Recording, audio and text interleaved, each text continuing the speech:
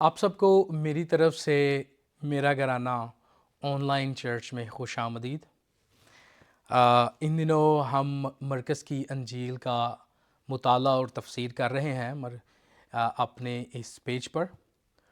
تو میں اس حوالے کو پڑھ رہا تھا، مرکز پہلا باب اور اس کی 9ویں 10ویں 11ویں آیت، جہاں پر یسوع مسیح بپتسمہ لینے کے لیے جاتے ہیں۔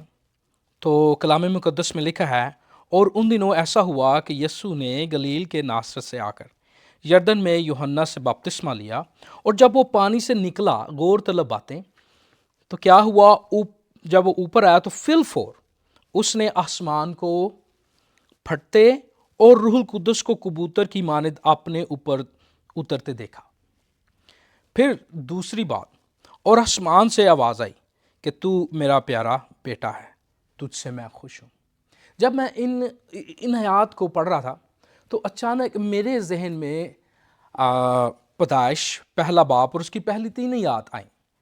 خدا نے ابتدا میں زمین و آسمان کو پیدا کیا، اور زمین ویران اور سنسان تھی، اور گہراؤں کے اوپر اندھیرا تھا، اور خدا کی روح پانیوں کی سطح پر جنبش کرتی تھی، اور خدا نے کہا کہ روشنی ہو جا، اور روشنی ہو گئی۔ یہاں پر بھی ہمیں 3 چیزیں دکھتی ہیں، خدا کا روح اور خدا کا کلمہ یعنی مسیح۔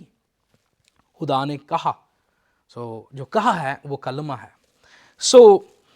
یہاں جب ہم دیکھتے ہیں تو ہم نے بات کی تھی پچھلی جمعرات کہ بائبلی علم الہیات میں تخلیق، پھر گناہ کی وجہ سے گراوٹ، اور پھر نجات، اور پھر نئی تخلیق۔ تو یہاں پر ہم دیکھتے ہیں کہ مرکز جب اس انجیل کو لکھتا ہے تو جب وہ اس تصویر کو ہمارے سامنے پیش کرتا ہے تو دراصل وہ کہتا ہے کہ جس طرح خدا نے ابتدا میں زمین و آسمان کو پیدا کیا، اپنی کائنات کو تخلیق کیا، کیونکہ گناہ کی وجہ سے گراوٹ آ گئی تھی، اب مسیح آئے ہیں، خدا کا بیٹا آیا ہے روحانی طور پر، نہ کہ جسمانی طور پر۔ روحانی معنوں میں ہم ایمان رکھتے ہیں مسیح خدا کا بیٹا، تو وہ آئے ہیں تاکہ اس کائنات کو جو گناہ میں گر گئی تھی کفارہ دے اور دوبارہ تخلیق کرے۔ اگر آپ مزید سیکھنا چاہتے ہیں مرکز کی انجیل تو ہمارے ساتھ ہر جمعرات رات 9 بجے فیس بک پر اور زوم پر شامل ہو سکتے ہیں۔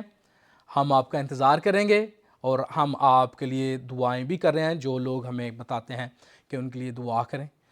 شکریہ، خداوند آپ کو برکت دے۔ جمعرات رات 9 بجے ملتے ہیں۔